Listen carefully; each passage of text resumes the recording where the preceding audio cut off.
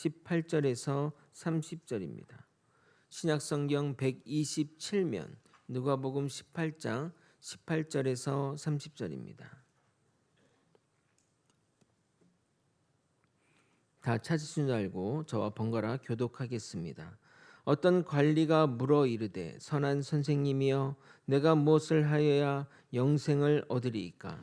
예수께서 이르시되 내가 어찌하여 나를 선하다 일컫느냐 하나님 한 분 외에는 선한 이가 없느니라.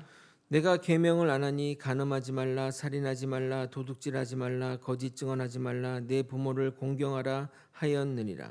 여짜오되 이것은 내가 어려서부터 다 지키었나이다. 예수께서 이 말을 들으시고 이르시되 내게 아직도 한 가지 부족한 것이 있으니 내게 있는 것을 다 팔아 가난한 자들에게 나눠주라.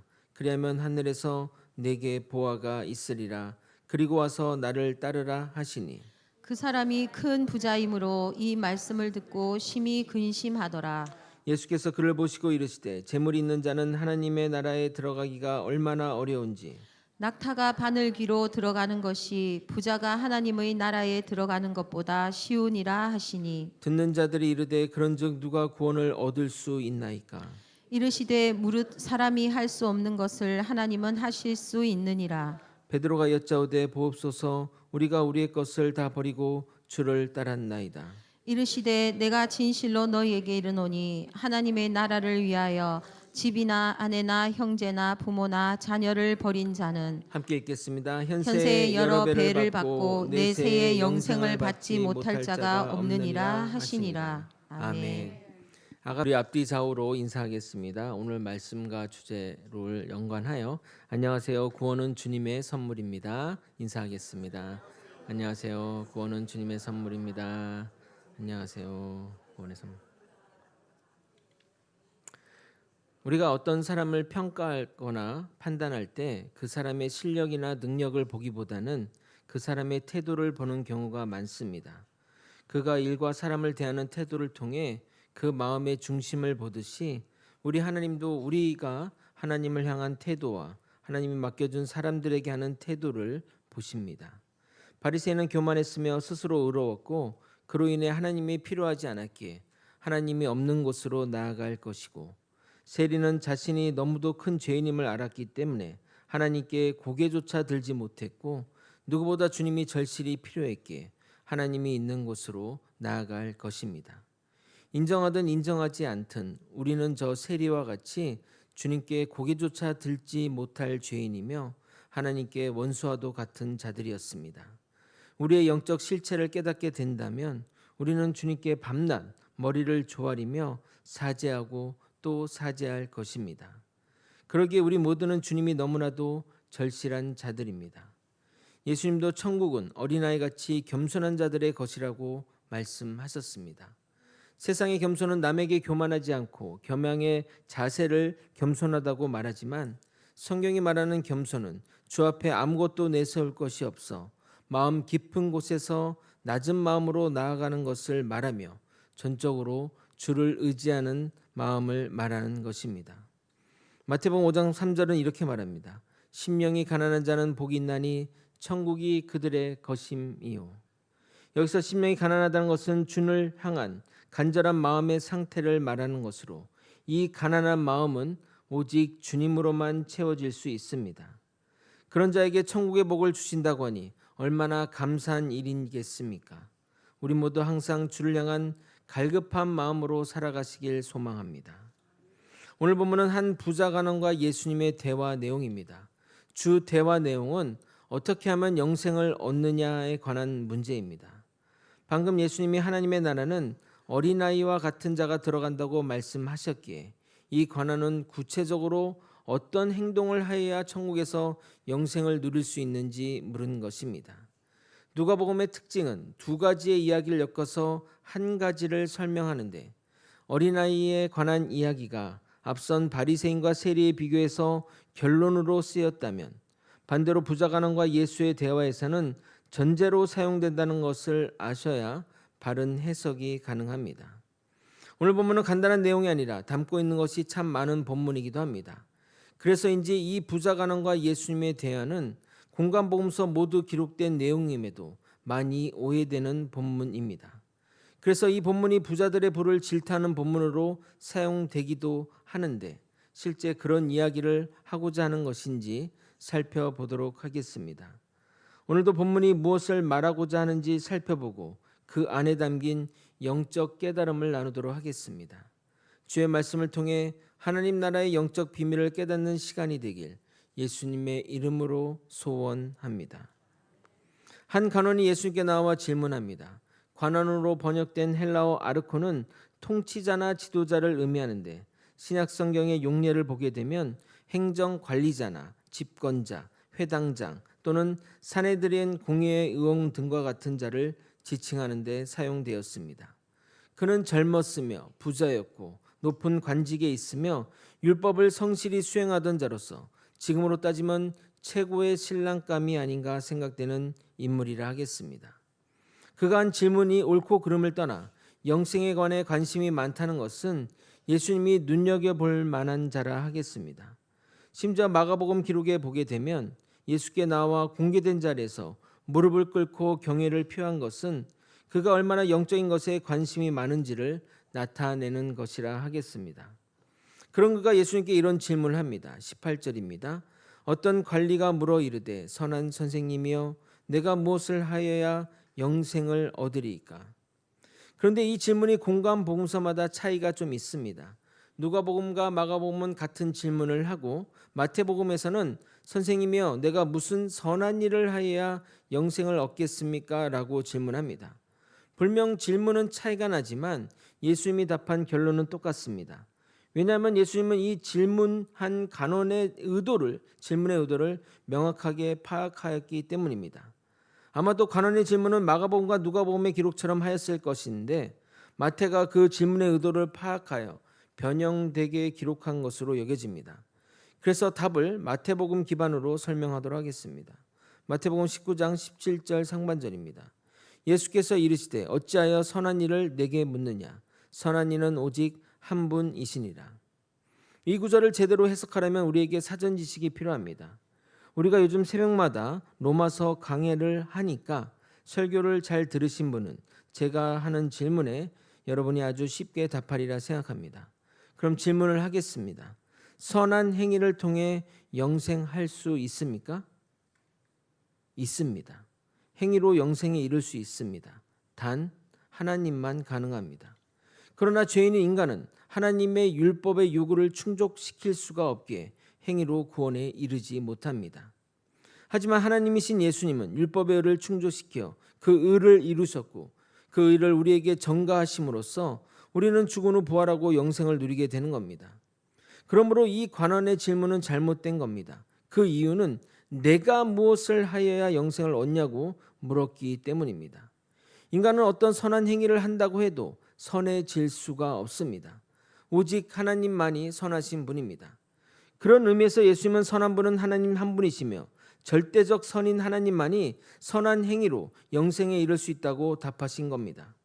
이 말은 영생 기준에 합당한 선은 절대적 선이고 오직 하나님만 한 분만 절대 선이기에 인간의 상대적인 선을 아무리 행한다 할지라도 인간 행위를 통해 영생을 얻을 수 없다는 것을 말씀하시는 것입니다. 우리에게 율법은 죄를 깨닫게 할 뿐입니다. 그래서 우리 인간은 율법을 온전히 지킬 수도 없고 지킨다고 해도 그 의를 충족시킬 수 없기에 우리 스스로 힘으로는 영생할 수가 없습니다. 그런데 이어지는 예수의 말씀이 우리를 혼란스럽게 합니다. 율법 준수를 통해 영생을 얻을 수 있는데 예수님이 그 관원에게 생명에 들어가려면 율법을 지키라고 하시기 때문입니다.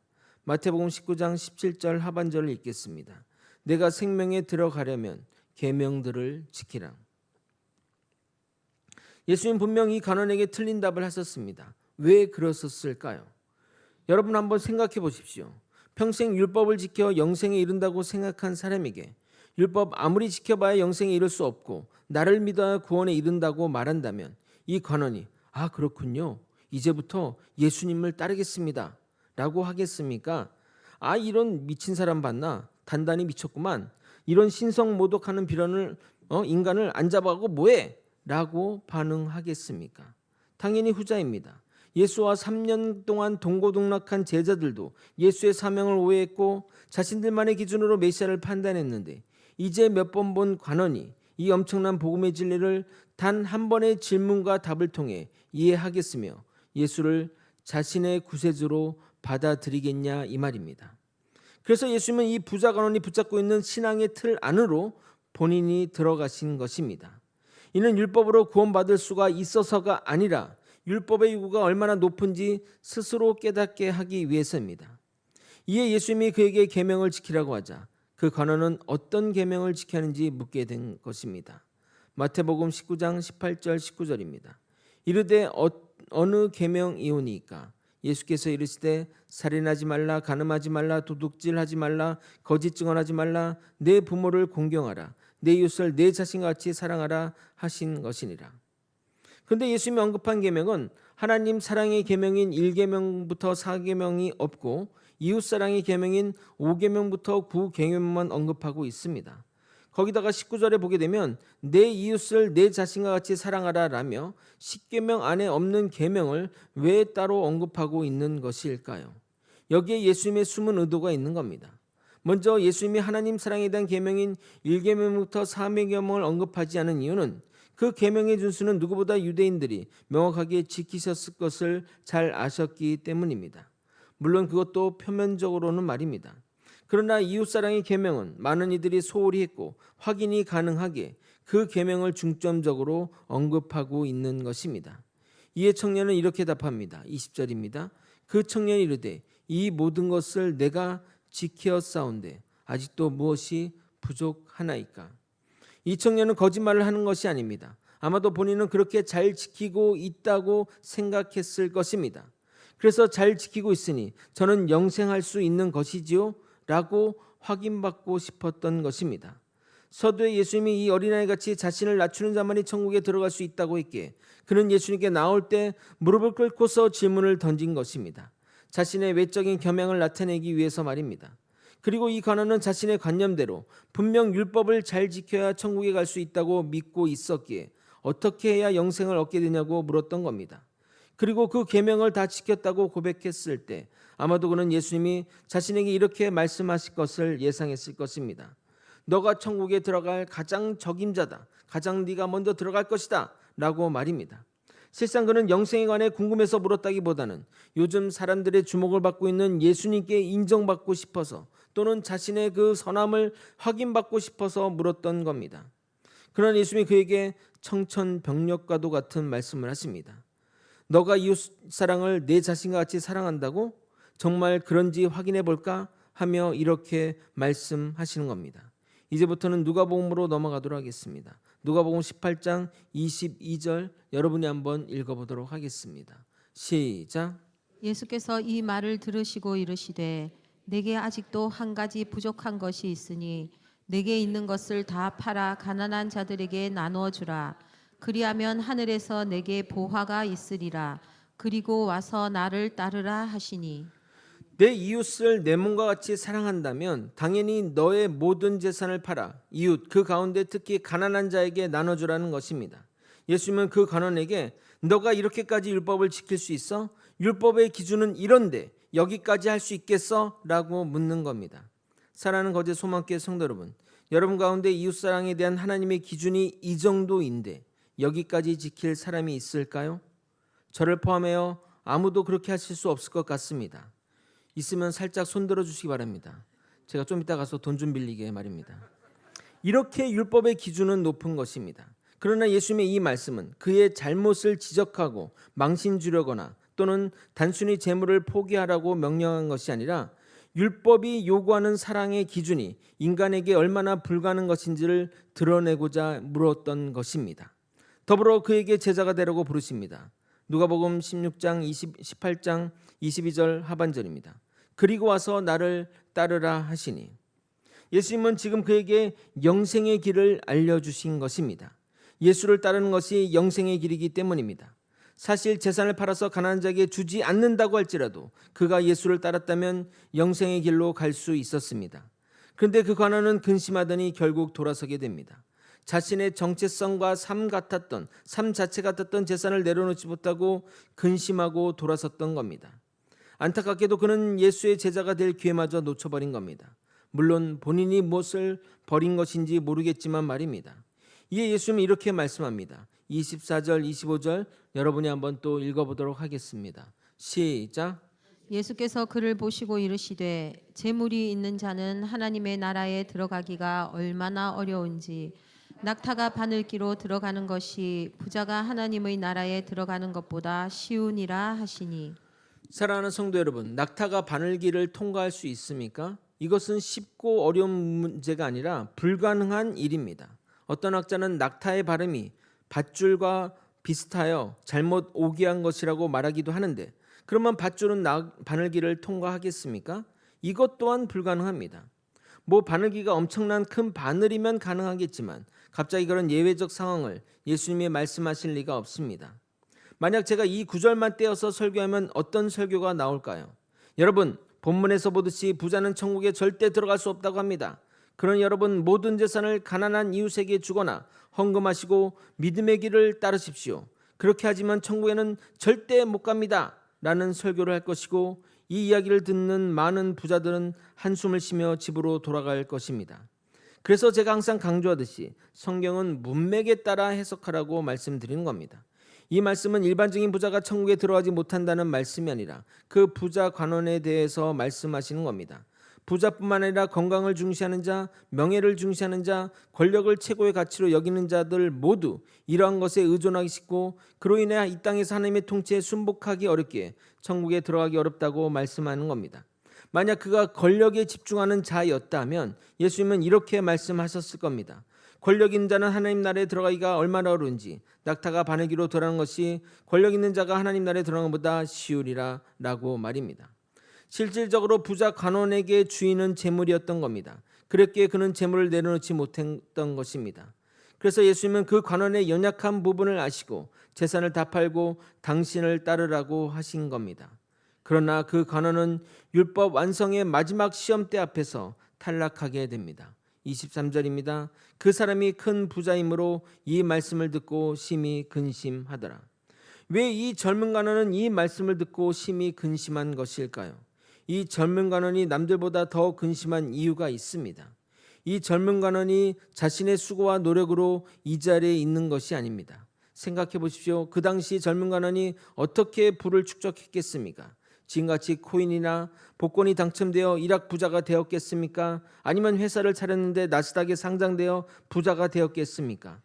이 젊은 관원이 부자이며 관원의 자리에 있는 것은 그의 집안이 귀족 집안이고 그 집안에 태어났음으로 인해 자연스럽게 취득한 부와 권력의 자리인 것입니다. 그가 그 부를 자신의 마음대로 처분할 수 없을 뿐더러 자신의 살과 같이 자신의 인생과도 같은 이 부를 버릴 수는 없었던 겁니다. 즉 그에게 이러한 삶은 태어나면서 주어진 자신의 몸과 같은 것이었기에 누구보다 모든 재산을 버리고 나를 따르라는 말씀에 좌절했던 것입니다. 궁극적으로 예수님이 말씀하고자 하는 요지는 영생이라는 그 귀한 것을 얻고자 한다면 자신의 모든 것을 희생하고 예수를 쫓아야 한다는 겁니다. 즉 하나님의 나라는 세상의 가치를 희생하고 진정으로 하나님 나라를 사모한 자에게 주어지는 것을 교훈하고자 하는 것입니다. 다시 본문으로 돌아와 예수님이 낙타가 바늘길을 통과할 수 있다면 부자도 자신의 행위로 천국에 들어갈 수 있다고 말하자 이 이야기를 듣고 있던 제자들이 이렇게 반응합니다. 26절입니다. 제자들이 매우 놀라 서로 말하되 그런즉 누가 구원을 얻을 수 있는가 하니. 그러자 이 모든 서사의 결론이자 구원에 이르는 유일한 키를 예수님이 말씀하십니다. 27절을 여러분이 한번 읽어보도록 하겠습니다. 함께 읽겠습니다. 시작. 이르시되 무릇 사람이 할 수 없는 것을 하나님은 하실 수 있느니라. 사람이 자신의 노력으로는 구원에 이를 수 없으나 하나님의 은혜로 우리는 구원에 이를 수 있다는 것입니다. 인간은 심히 부패하여 하나님 앞에 의롭다 인정받을 사람이 단 한 명도 없으며 어느 누구도 행위로 그 율법의 의를 충족할 수가 없습니다. 낙타가 바늘길을 전혀 통과할 수 없는 것처럼 말입니다. 그러나 자비하시고 은혜로우시며 전능하신 하나님을 바라보면 우리의 구원은 실제가 되는 것입니다. 그래서 하나님은 율법의 의를 이루기에 하나님의 아들이신 예수를 이 땅에 보내셔서 무죄한 의인이 죄인의 죄를 감당함으로써 우리 믿는 자를 구원하신 것입니다. 로마서 5장 8절에서 10절은 이렇게 말합니다. 우리가 아직 죄인 되었을 때 그리스도께서 우리를 위하여 죽으심으로 하나님께서 우리에 대한 자기의 사랑을 확증하셨느니라. 그러면 이제 우리가 그의 피로 말미암아 의롭다 하심을 받았으니 더욱 그로 말미암아 진노하심에서 구원을 받을 것이니 곧 우리가 원수 되었을 때 그의 아들의 죽으심으로 말미암아 하나님과 화목하게 되었은즉 화목하게 된 자로서는 더욱 그의 살아나심으로 말미암아 구원을 받을 것이니라. 아멘. 이때 예수님이 말씀하고자 하는 요지를 제대로 깨닫지 못한 베드로가 또 한 번 나서게 됩니다. 28절입니다. 베드로가 여짜오되 보옵소서 우리가 우리의 것을 다 버리고 주를 따랐나이다. 물론 그가 그렇게 나설 수 있는 것은 과거 예수님의 부르심에 제자들이 모든 것을 버리고 따라 나섰기 때문입니다. 누가복음 5장 10절 11절 읽어드리도록 하겠습니다. 세베대 아들로서 시몬의 동업자인 야고보와 요한도 놀랐습니다. 예수께서 시몬에게 이르시되 무서워하지 말라 이제후로는 내가 사람을 취하리라 하시니 그들이 베드로를 육제되고 모든 것을 버려두고 예수를 따르니라. 베드로가 이런 말을 하는 이유는 자신들은 재산을 버리고 주를 따랐으니 그 의를 알아달라는 말입니다. 그럼 다시 한번 물어보겠습니다. 만약 그 부자 간원이 자신의 소유를 팔고 예수를 따랐으면 구원에 이르렀을까요? 구원에 이르렀을 것입니다. 그러나 그 이유는 재산을 팔아 가난한 자들에게 주었기 때문에 그런 것이 아니라 예수를 쫓았기 때문입니다. 만약 자신의 재산을 가난한 자에게 나눠준 것으로 구원에 이른다면 행위로 구원에 이르는 것과 마찬가지입니다. 그러나 억만금으로도 그 일을 이뤄낼 수가 없습니다. 예를 들어 신문에 보면 엄청난 부자가 자신의 전 재산을 기부하는 이야기가 종종 실리는데 그럼 그 부자는 천국에 갈 수 있는 것일까요? 답은 모른다입니다. 그가 예수를 믿었다면 기부를 안 했을지라도 천국에 갈 것이고 전 재산을 기부할지라도 예수를 믿지 않는다면 천국에 들어갈 수 없습니다. 그런데 예수님은 베드로의 이 어리석은 질문에 일정 부분 제자들의 의를 인정하므로 그들의 길을 살리면서 궁극적으로 우리가 추구해야 될 삶의 방향성을 제시하고 있습니다. 29절 30절 여러분이 한번 또 읽어보도록 하겠습니다. 시작.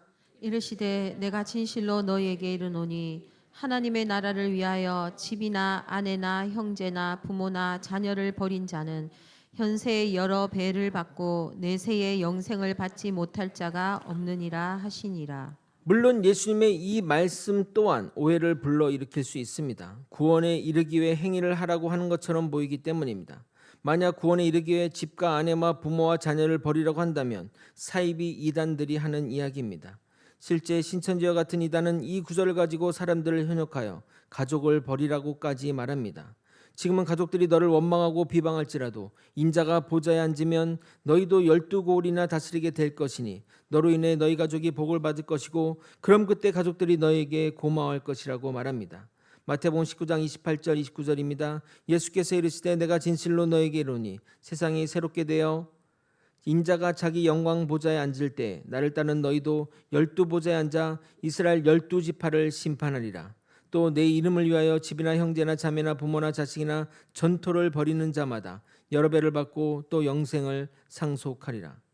그래서 신천지에 빠진 자들은 황당하게도 가족을 사랑해서 가족을 버리고 가족과 인연을 끊습니다.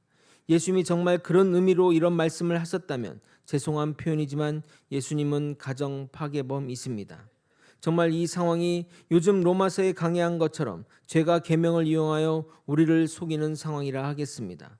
로마서 7장 11절입니다. 죄가 기회를 타서 계명으로 말미암아 나를 속이고 그것으로 나를 죽였는지라. 예수님이 하신 말씀의 요지는 너 삶의 주인이 누구이냐를 묻는 것입니다.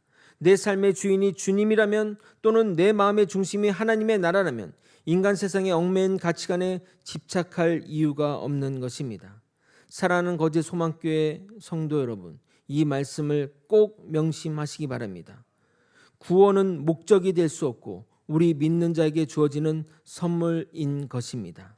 하나님은 우리가 구원을 목적으로 살기 원하지 않습니다. 우리가 주를 따를 때 구원을 선물로 주시는 겁니다. 에베소 2장 8절에서 9절은 이렇게 말합니다. 너희가 그 은혜에 의하여 믿음으로 말미암아 구원을 받았으니 이것은 너희에게 난 것이 아니요 하나님의 선물이라. 행위에서 난 것이 아니니 이는 누구든지 자랑하지 못하게 함이라. 예수님 우리에게 하나님의 나라와 그 의를 구하라고 하셨습니다. 그럴 때 구원도 더하여 주시겠다고 말씀합니다. 마태복음 6장 33절입니다. 그의 나라와 그의 의를 구하라. 그리하면 이 모든 것을 너희에게 더하시리라. 구원은 목적이 아니라 결과이며 조건이 아니라 선물입니다. 인간이 어떠한 행위를 할지라도 구원에 이를 수 없습니다. 자기 가족을 버린다 해도, 심지어 자신을 버린다 해도 얻을 수 없습니다. 그러나 우리가 주를 따를 때 구원은 따라오는 것입니다. 믿으십니까?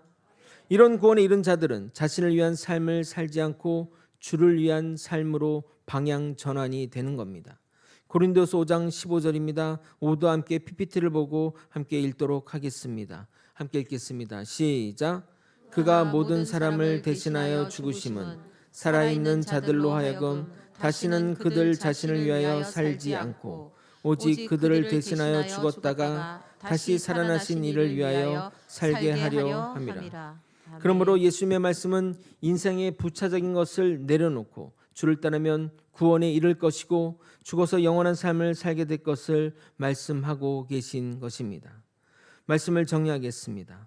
오늘 본문에 등장하는 부자 간호는 우리에게 낯선 인물이 아닙니다. 그는 세상적으로도 종교적으로도 부족함이 없어 보였고 영생에 대해서도 진지한 관심을 가진 사람이었습니다. 그러나 그의 질문은 처음부터 잘못된 방향에서 출발했습니다. 그는 내가 무엇을 하여야 영생을 얻을 수 있냐고 물었기 때문입니다.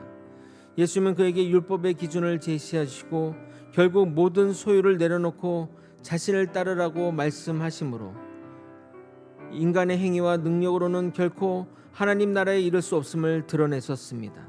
낙타가 바늘길을 통과할 수 없는 것처럼 우리 역시 스스로의 의와 공로로는 구원에 이를 수가 없습니다. 이것이 본문이 우리에게 던지는 정직한 진단입니다. 그러나 여기서 말씀이 끝나지 않습니다. 예수님은 분명히 선언하십니다. 사람으로는 할 수 없을 때 하나님으로는 하실 수 있느니라. 우리의 구원은 우리의 가능성에 달려 있지 않고 하나님의 은혜와 능력에 달려 있습니다. 하나님께서는 율법을 완성하기 위해 예수 그리스도를 보내셨고 죄 없는 아들이 우리를 대신하여 죽으심으로 믿는 자에게 영생을 선물로 주셨습니다.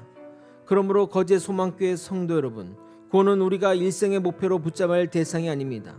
구원은 하나님께서 주를 따르는 자에게 주시는 선물입니다. 하나님은 우리가 구원을 목적으로 살기를 원하지 않으시고 하나님의 나라와 그의 의를 구하며 주님 따르기를 원하십니다. 그럴 때 구원은 결과로 은혜로 덧붙여 주시는 겁니다. 이제 우리는 스스로에게 물어봐야 됩니다. 내 삶의 주인은 누구인가? 내가 붙들고 있는 가장 소중한 것은 무엇인가? 오늘도 주님은 세상의 것을 붙들고 있는 우리에게 말씀합니다. 와서 나를 따르라. 우리가 인생의 부차적인 것을 내려놓고 주님을 따를 때 그 길 위에서 우리는 이미 구원 안에 있음을 발견하게 될 것입니다. 이 은혜 붙들고 더 이상 나 자신을 위해 살지 않고 우리를 위해 죽으시고 다시 하신 예수를 위해 살아가는 저와 여러분이 되시길 예수 그리스도 이름으로 축원드립니다. 다 함께 찬양하시겠습니다.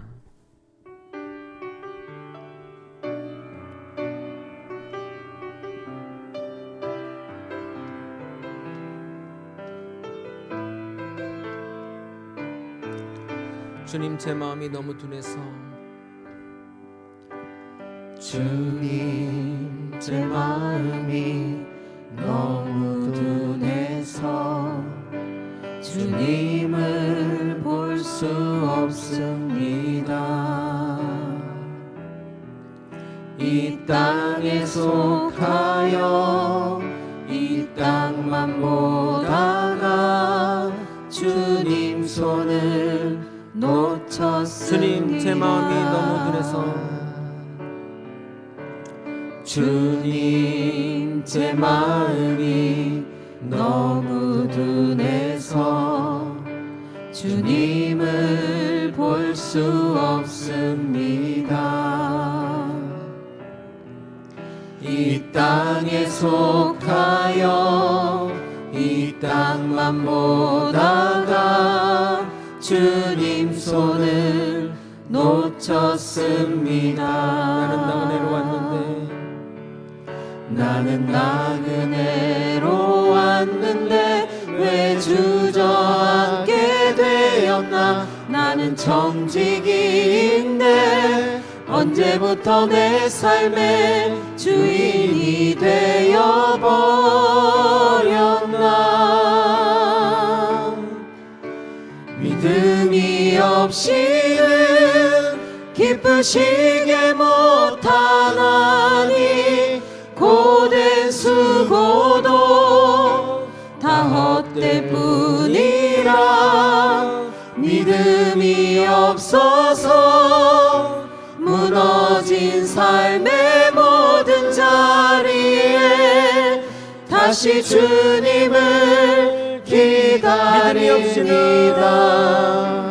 믿음이 없이는 기쁘시게 못하나니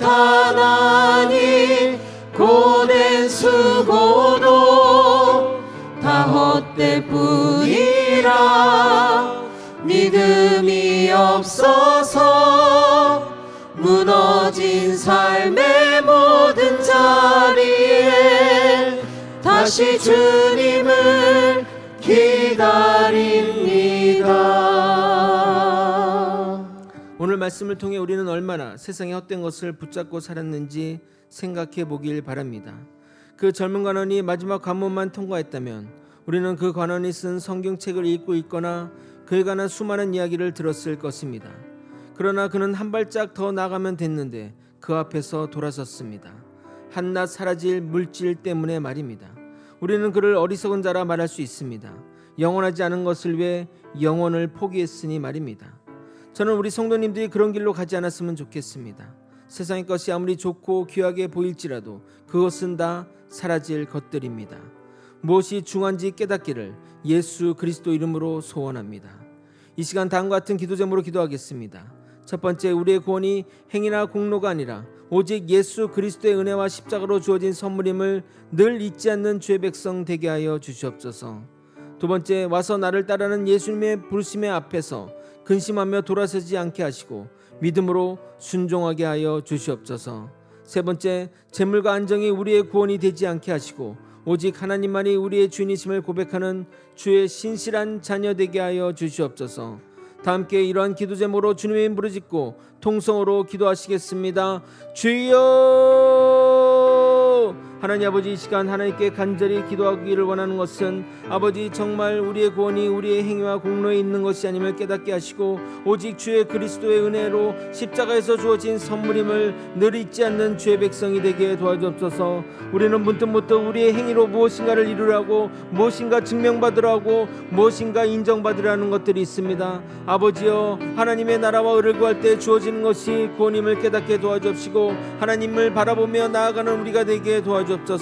주님이 와서 나를 따르는 그 부르심 앞에 아버지 근심하며 돌아서는 아버지 젊은 관원이 내가 되지 않게 하게 하시며 오직 주님의 부르심에 순복하며 나아가는 아버지 우리가 되게 도와주옵소서. 하나님이 나를 부르신 때가 얼마나 많겠습니까? 그 부르심에도 응답하지 않는다면 우리는 어찌 주님을 따른다고 하겠습니까? 하나님의 부르심에 온전히 순복하는 우리가 되게 도와주옵소서. 아버지 또한 재물과 안정이 우리의 구원의 목적이 되지 않게 하시고 오직 하나님만이 우리의 주님이심을 고백하며 온전히 주님만 따르는 우리가 되게 도와주옵소서. 내 삶의 주인이냐 물었었을 때 오직 주님이 나의 주인이십니다라고 고백하며 말뿐만 아니라 삶으로 그것을 실천해가며 하나님께 증명할 수 있는 우리가 될 수 있도록 도와주시옵소서. 내 삶의 주인은 오직 예수 그리스도이시며 예수 그리스도를 따르는 우리가 되게 도와주시옵소서. 하나님 아버지, 우리 삶 가운데 하나님을 드러내게 하시고 하나님의 뜻을 따라 온전히 주님만 바라보며 나아가는 우리가 되게 도와주옵소서. 정말 아버지 가치 없고 의미 없고 영원하지 않은 것을 위해 인생의 소중한 것을 포기하는 사람이 되지 않게 도와주옵시고 하나님 나라와 그 영광을 위해 살아가는 우리가 될 수 있게 도와주옵소서. 주님이 부르실 때 네 알겠습니다, 제가 따라가겠습니다, 주님만 바라봅시다 이렇게 고백할 수 있는 우리 모두가 될 수 있도록 역사하여 주옵소서. 사랑이 많으신 하나님 아버지, 우리의 공로와 행위로 주어지는 것이 아님을 깨닫게 하여 주옵소서. 오직 주님의 은혜로 우리에게 구원이 주어졌으니 구원받은 자로서 아버지 하나님의 사랑을 증거하는 우리 삶으로 나아갈 수 있도록 역사하여 주시옵소서. 아버지, 주님이 와서 따르라는 부르심에 순복하는 자 되길 원합니다. 정말 영원하지 않은 것을 위해 영혼을 포기했던 젊은 관원이 우리가 되지 않게 하시고 예수님의 부르심에 바로 일어서서 나아갈 수 있는 우리가 되게 도와주시옵소서. 아버지 또한 우리에게 주어진 재물과 안정이 우리의 구원이 되지 않게 하시고 오직 하나님만이 우리의 주님을 고백하며 살아가는 주의 백성, 신실한 주의 백성 되게 하여 주시옵소서. 내게 주인은 오직 주님뿐입니다. 입술의 고백뿐만 아니라 삶으로도 증명하는 우리가 될 수 있도록 역사하여 주시옵소서. 감사드리며 이제는 우리 구주 예수 그리스도의 은혜와 하나님 아버지의 크신 사랑과 성령 하나님의 감동감화 교통 역사하시는 귀한 은총이 내 삶의 주인이 누구냐는 질문 앞에 오직 예수님임을 고백하며 그분을 전적으로 따르기를 애쓰는 믿음의 성도님 머리 위에, 그 가정 위에, 그리고 거제 소망교회 위에 이제로부터 영원히 함께 있을지어다. 아멘. 아버지 주님의 은혜 가운데 살아가는 우리가 되게 도와주옵소서. 아버지